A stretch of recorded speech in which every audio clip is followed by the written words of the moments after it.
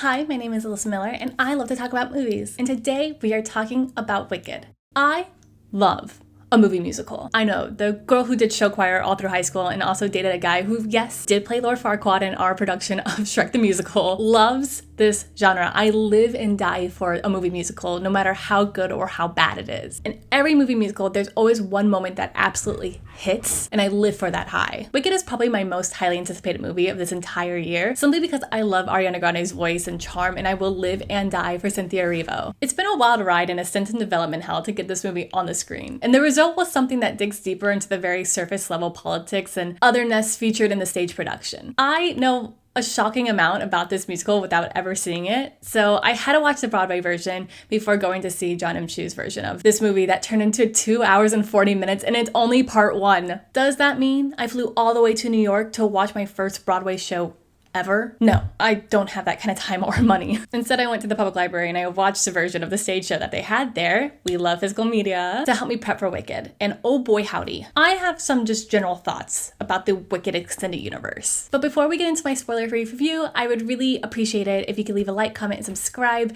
The goal is 1,000 by the end of the year, and so I really would appreciate it. And if you are subscribed, thank you so much. I will save you a dance at the Ozfest Ball. Also, big disclaimer, I'm very aware that this is a very beloved musical and I loved it too, but these are just my opinions and these are my thoughts on the overall adaptation, the musical, everything in it all. So please be nice to me. I am just a girl.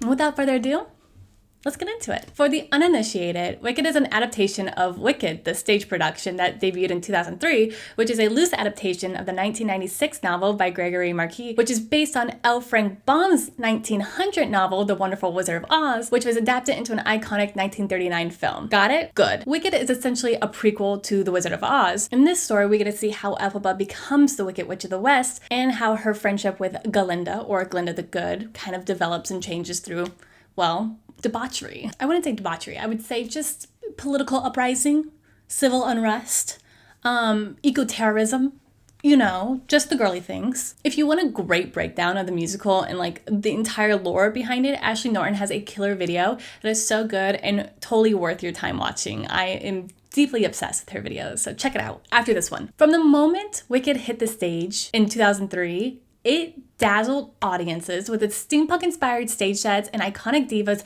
belting their hearts out to absolute bangers. And there's also just a dragon hanging on the rafters. It does not add to the story, but we love it. But this musical was destined to be a movie. So why did it take nearly 20 years for that to happen? Surely there's a reason the fourth longest running musical took so long to become a movie. So here's a little history lesson. In 2010, Deadline reported that Wicked's playwright, Winnie Halsman, and the composer, Stephen Schwartz, started meeting with directors at Universal, with J.J. Abrams, Ryan Murphy, and Rob Marshall being among the contenders to direct. But it was Stephen Daldry who landed the directing job in 2016, and production was set to start pretty quickly after that with a holiday release in 2019. The production will also feature 2 new songs from the original composer of the musical, but they are only going to be in the later half of the movie. There's also a hint of a few changes to the story to let the big narrative, the overstuffed narrative of the production kind of have room to breathe. All seemed good in the land of Oz until...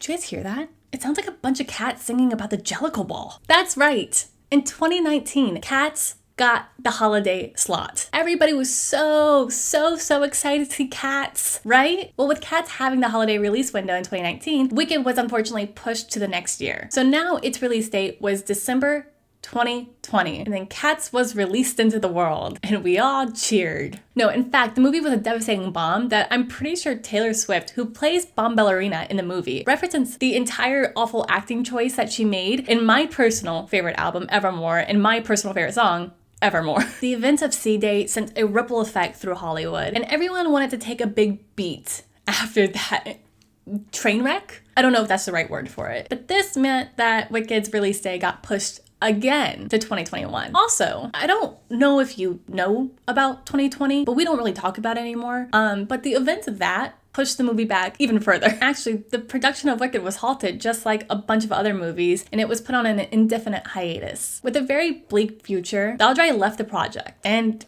it didn't have a director. Luckily, development started back up again, and John M. Chu, who, did Crazy Rich Asians, was brought on to direct. Shortly after, Cynthia Erivo and Ariana Grande were named as the iconic lead roles, and everything was great. Oh, oof, I totally forgot. There was a dual strike that happened in 2023. So the production again, put on pause. Luckily, when the strike was settled and wrapped up and everything like that, the movie was able to wrap full production on both movies in January 2024. And on the 22nd day of November 2024, Wicked Part 1 landed in theaters. The build up to this movie was absolutely insanity. For nearly a year, Arrivo and Grande were method dressing almost every single day of their lives. Did they have a break? No. Endless brand collaborations were just shoving Wicked in your face. So much green and pink. So much green and pink. But everything was leading to this moment. So now we're caught up. We all know the things. We all know the history that came behind this movie, the high anticipation. So what about the actual movie? Was it good? This is one of the most faithful adaptations of a musical I have ever seen. Even though we're only seeing like an extended act 1 essentially, Chu really takes his time with this material to give us some brilliant choreography and masterful moments that really highlight the complexity of each character and this community that they live in. The main criticism of the stage production, which I kind of mentioned earlier, is that it has a very overstuffed narrative and it's doing too much in like a very short amount of time. Like just for like comparison, the stage production is about 2 hours and 30 to 40 minutes. Part 1 of Wicked is 2 hours and 40 minutes. So yeah, if you felt like there was a lot happening in Wicked Part 1, guys, the stage show is crazy. There's just so much going on all at once. But on Broadway, spectacle is currency. And that is what made it so great. But the thing is, spectacle in film is a little bit trickier. You and I are so used to spectacle on the big screen. So Wicked has to find another like angle to work. Sure, we already love the music. We already love these characters. So what does it do to draw us in? Chu's version of Oz feels it's most exciting and eccentric when large groups come together to dance, sing, unfortunately point at Elphaba, or fawn over Glinda. Even when the tides start to change, the audience's real tone setter is the background actors. And then there's Arrivo and Grande. Although at times Grande can feel very small, she is a fantastic Glinda. And I don't mean small in the sense of like old baby girl small. I mean small in the fact that like at some points she just like starts vanishing from the frame. Like even when she's in it, she's not with it. Like I am not compelled to look at her. No, Miss Arrivo. Oh, guys, I love Cynthia Erivo. I have loved her since I discovered her singing I Am Here from The Color Purple. She is just incredibly empathetic and her performances are just so good and you believe every single word coming out of her mouth and every single emotion crossing her face. And despite her recent PR run, which I will not get into because we championed Renee Rapp for her unhinged PR run for her movie Mean Girls, and yet we're not doing the same for Cynthia, where's the fairness? I will have to bump Sophie Thatcher off my Protect With My Life list and replace her with Erivo. So that means we have to protect Mikey Madison and Cynthia Erivo. Those are our two girls that we have to protect from like the criticism of the world. But we have to do it without being mean to people. No, we can't be mean to people. That's rude. Here's the thing. The reason Elphaba has so much doubt is simple. Yes, tragic. But it is a fairly straightforward point. And you're like, okay, it seems a little surface level. And like, I feel like you could have figured this out a little bit with a little bit of therapy. And she moves very quickly on from like my self-hate moments after like Galinda is like, that's not your fault. And she's like, you know what? You're right. It's not my fault. This movie has some depth, but it just stops right below the knee. And it's like, it's an evil versus good musical. It's not that deep. In the words of Jonathan Bailey's Fierro, Wicked's story is deeply shallow. All of this is to say that Arrivo's performance eats the shit out of these moments. And you know why? It's because she is deeply empathetic and a fantastic performer, and I, again, love her. Don't even get me started on Fierro. Oh my god. He's also such an improvement from like the stage show. He isn't just this, rich boy party toy kind of situation with a single purpose. Instead, he's more of like the tragic Manny Pixie dream boyfriend energy. And you know what? It's still an archetype, but it's an improvement. It also helps when he is played by the most handsome man, the internet's boyfriend, when everyone, and I mean everyone, is swooning over Jonathan Bailey during Dancing Through Life, I got it. All of the main cast, the background actors, the music, the set design, the costumes are just a feast for the eyes and the ears. But what keeps this from being a perfect family-friendly musical about good versus evil is that it's John Chu. I'm so sorry. Don't come at me. Look. I see what John Chu is doing, and I think he's an incredibly smart director to have made this into 2 parts, because that is like so necessary. I think the issue I have with the movie is that it could have been shorter if some of the fat was trimmed off. There are multiple moments in this movie where we are just sitting on a character's incredibly small and inconsequential reaction to another character's action, and it will last just a bit too long and have a very delayed reaction to everything else that's going on. I also thought the editing was just not working in favor of like the dramatic moments in the story. And yes, I know that these are incredibly small and nitpicky things and they're super minor, and maybe I'm just holding a really close magnifying glass to this movie because I was extremely excited and very skeptical about it. But this is a $150 million budgeted movie, so like I think I'm allowed to say something negative because hi. And look, maybe this is just Chu's style of filmmaking, which I would call like a super rom-com-esque glossy saturated fantasy. I'm okay with that. It doesn't click for me simply because I feel like it's too polished. It's at a point where it's so polished it lacks confidence. Maybe there's something going on behind the scenes that we don't know about because the movie took a toll on the entire cast. I mean, they all look slightly haunted. And I get it. There was a lot of pressure on them for this entire film to actually succeed. And I bet everyone, much like me, is looking at it with a magnifying glass. So that creates a pressure cooker. At some point, you either have to work under the pressure or explode. And there's a very good chance that whatever was happening behind the camera ended up making its way onto the camera. I don't know if that's the case. I'm speculating. I am not the word. I don't have the insight. I also don't like CG animals. I find them to be very uncanny when they're given more humanoid like features, like being able to talk and everything, and they're not interacting very well with the other actors or the characters. Like, I feel like Harry Potter did a really good job mixing the fantasy in with the actors and like having everything interact, even if it was CGI. And I feel, unfortunately, that is missing from this movie. Maybe I'm just not fun anymore and I don't like seeing CG animals interact with humans. But I think that like speaks to the overall problem of adapting a musical, especially a fantastical musical like Wicked. The suspension of disbelief is incredibly high, like levels of delusional high that can only exist in theater. In a movie, you kind of have to establish a suspension of disbelief like right off the bat and convince us that these fake animals are something we should care about. CG animals in the real world just feel uncanny, and there's no good way to go about it right now, just in my opinion. Need I remind you of cats? Maybe I'm part of the problem in Oz. Going CG also means that tender character moments like Elphaba being with, her professor is removed from the overall emotional arc that has defined these characters for years. And that can be really hard. You can feel like you're not getting the absolute level of satisfaction if you already have the expectations set by something that has existed in the pop culture for so long. But that's it. That's literally like my two problems with this entire movie. And two problems is like not bad. I mean, did you guys watch Heretic? Did you guys see Gladiator? I've also already graded this film and I feel uncertain about it. I believe my grading of Wicked is right, but it also just feels wrong. What is that feeling? Okay, so after a quick core search, it turns out that feeling is called anxiety. So we're just not gonna unpack that one. We're not gonna talk about it. Instead, we're gonna talk about Wicked. To talk about what happens in Wicked Part 1, I have to spoil it. So this is your spoiler warning. Oh my god, you're still here? Okay, let's get into it. So the movie begins where the Wizard of Oz ends. The Wicked Witch of the West is dead, murdered by a 14-year-old girl, her dog, and a bucket of water. We get this dark, operatic bop of a song called No One Mourns the Wicked, and every time the Munchkins hit those final Wicked notes, oh, I'm a puddle. Glinda the Good is coming down in her bubble and she is there to pronounce the death of Elphaba. And she's like, this is cool. I love singing about a dead person. I gotta go. Before she floats away in her bubble, somebody from the crowd pops up and she goes, is it true that you were friends? Glinda, gagged by the audacity, is like, well, yes. And she's like, oh, but it was a long time ago. Let me explain myself. But let me tell you how she became the Wicked Witch of the East. And she ponders, were we born wicked or was wickedness thrusted upon us? She starts to tell a story about Elphaba and how she was the illegitimate love child of her mother's secret affair and was born green. Immediately, her father is like, ew, take it away. I'm pretty sure he tried to kill the baby in the play. Correct me if I'm wrong. The bear nurse is then forced to take care of Elphaba, and Elphaba is to blame for literally everything. Later in life, after her mom's tragic death, which we will find out more about, don't worry, her magic lashes out at a random group of children shouting mean chants at her about her appearance.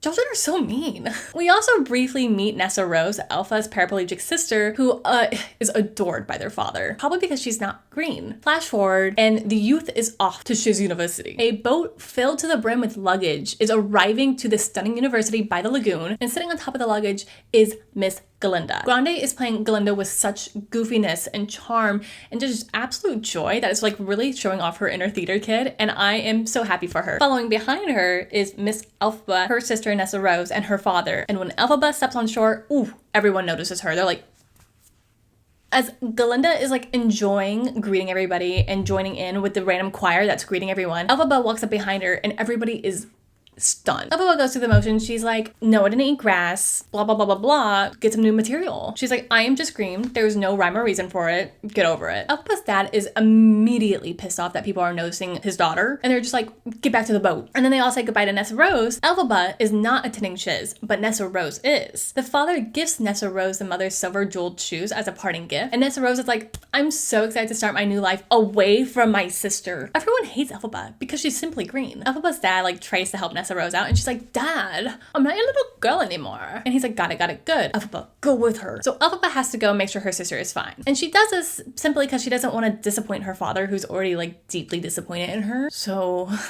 Elphaba follows Nessa Rose up the stairs into like the main hall, and she gets to listen to Madame Morrible, played by Michelle Yeoh, welcome all the students in with this inspiring speech. After the speech, Galinda tries to talk to Morrible, but Morrible is like, no, you're untalented. I do not want to look at you. Face crack of the actual century. Nessa Rose tries to talk to someone for directions around the school, and the school administration lady is like, oh, I'll help you because obviously you need my help. Elphaba's like, hey, guys, consent, what is it? And she lashes out and shows off her odd magic. During this whole event, she accidentally breaks the current crest of the school, and hidden beneath it is another crest that shows all the animals and humans working, learning, and listening together. And I'm like, oh, so we're covering up history now, are we? But everyone is stunned by the magic. They're like, oh, what is this? But Morrible comes down and she's like, I did it to prepare you for the unexpected. And then she goes up to Elphaba and she's like, so I'm so excited for you to be my class. Yes. And she has explained that she's not attending. Also, the whole time this is happening, Nessa Rose is like, harump. I'm upset that you've ruined my chances to be a normal girl. And she just like gets out of there. Anyways, Elphaba's like, I'm not enrolled. Morrible is like, you, Miss Elphaba, are my new prodigy. You are enrolled. Welcome to shiz. Galinda accidentally volunteers to share her room with Elphaba, and she starts freaking out because things are not going as planned. Morrible also hints to Elphaba that she could have the chance to work with the Wizard of Oz if she proves herself worthy, which is how we get Arrivo's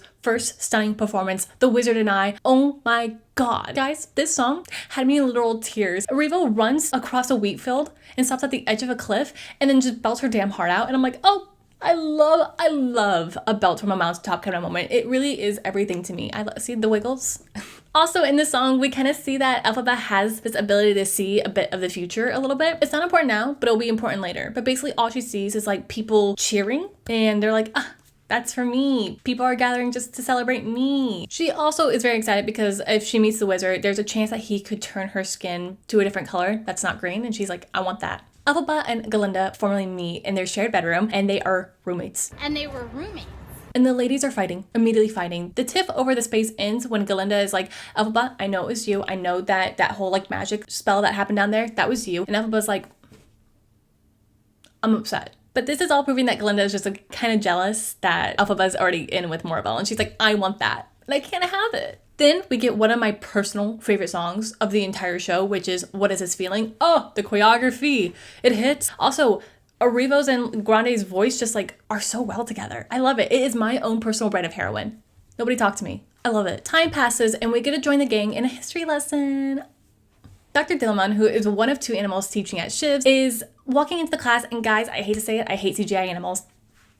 Doesn't work for me, but they just look so uncanny and I can't suspend my disbelief enough. And so it's whatever. He's there. It's fine. It's fine.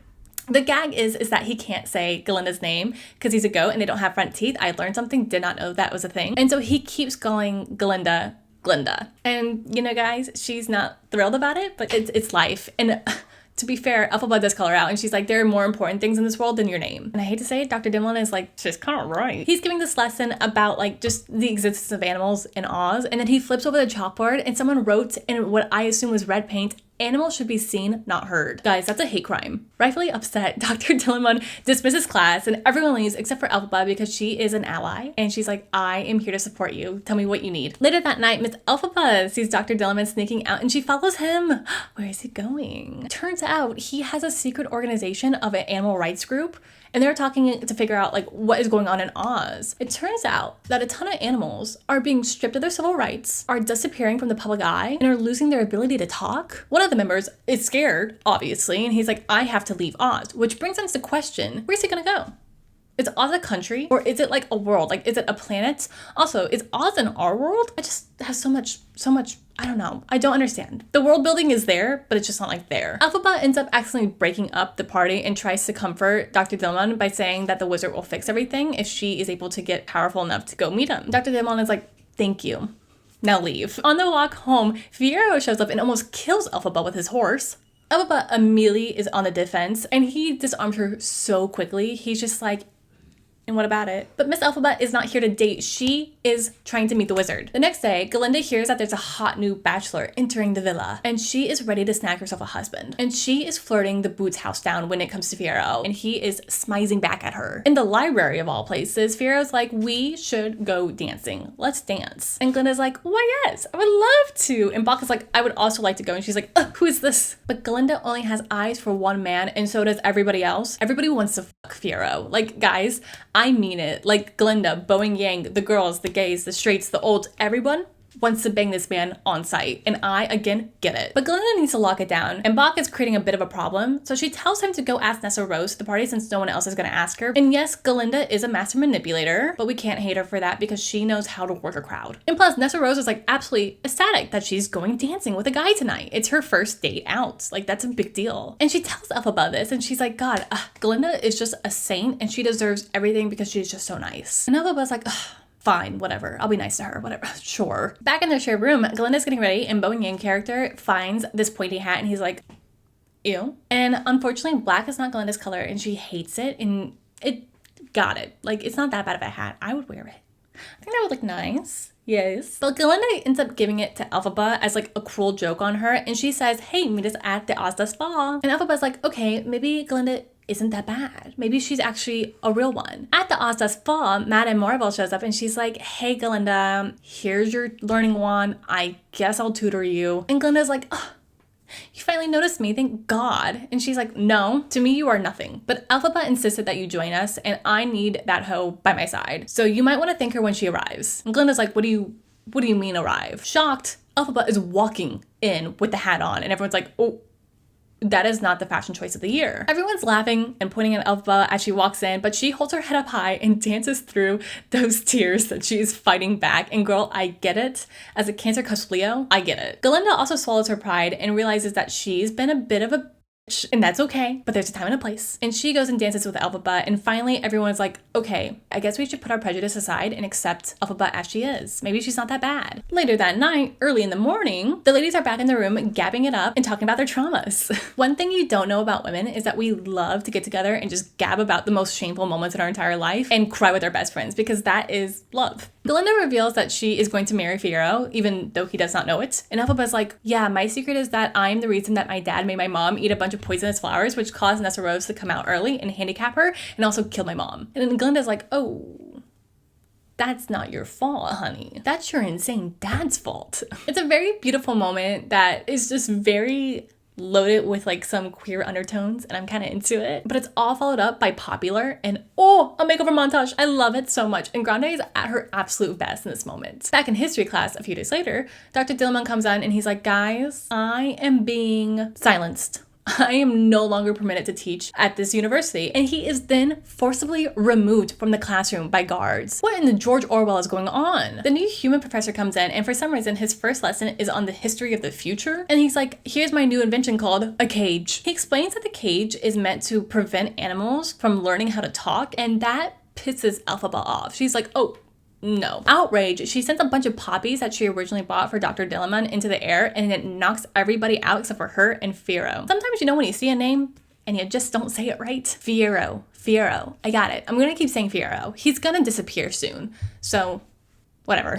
Fiyero and Elphaba snatch up the lion cub and they get the heck out of that classroom and go to the woods for a private moment. Nothing like a little eco-terrorism to get you going. After a private moment where a lot of like intimate touching and longing stares really develop this relationship, Elphaba sings, I'm not that girl. But she resigns her feelings for Fiyero because she's like, you are technically dating my new best friend and that's a bit problematic. I'm also green and nobody likes green. Morrible discovers the poppy situation and she's like, I have to tell the wizard. And immediately he responds by inviting Elphaba to come to Emerald City and meet him. And everything's like happening. Everything is happening. We gotta go. Everyone at the train station is saying goodbye to Elphaba because she's cool now. And Galinda is struggling because her best friend is about to leave and Fiyero is being very distant. To make herself the center of attention, she announces that she is an animal ally and is changing her name to Galinda. The G silent now. Fiyero is also like, okay, good for you, but he is smitten with Elphaba. And Galinda's was right there. Not the time. Choose a better time and a place. But Elphaba boards the train and she's leaving, and Glinda is like, wait, I have to give you this brochure. And she chases the train, hands over the brochure, and it's everything to do in Emerald City. And for one brief moment, Elphaba is like, you have to come with me. I'm in over my head. I need you there. And Glinda's like, okay, girls trip. And then we get what I believe is my ultimate favorite musical number. Like everything, the visuals and the songs and all of it working together just hit differently. And it's called One Short Day, and I'm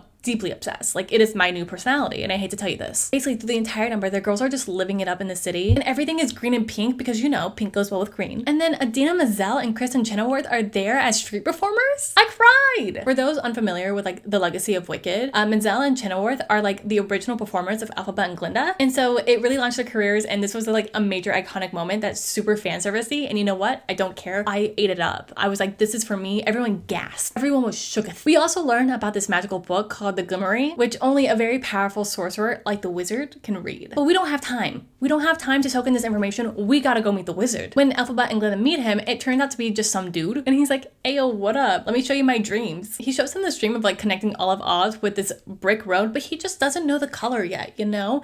And Elphaba's like, yellow. I also just love that he's focusing on infrastructure when like civilization is crumbling. He also tells Elphaba that he can help her with anything she wants. And she's like, well, I wouldn't want to be green anymore, but you know what really needs my complete attention? The animal problem. And the wizard's like, oh my god, look, it's Madame Morabelle. What is she doing here? She comes in and she's like, Elphaba, you are the chosen one. Let's see if you can read the Glimmery. And believe it or not, Elphaba can, because she is just that girl. The wizard asks if she can read a spell that would give the captain of the guards, which is a monkey who cannot speak or advocate for himself in the situation, the ability to fly. Elphaba reads the spell, which looks so cool. It's a very cool moment. And the monkey starts to grow wings, and it is not a painless transition. Morabelle tells Elphaba that the spells can't be reversed, no matter like how terrible they are, and the monkeys are now and forever flying monkeys. And Morabelle's like, yeah, they'll make great spies. Spies? What do you mean spies? And the wizard's like, oh yeah, that kind of sounds bad. What about scouts? Growing suspicious. Elphaba's like,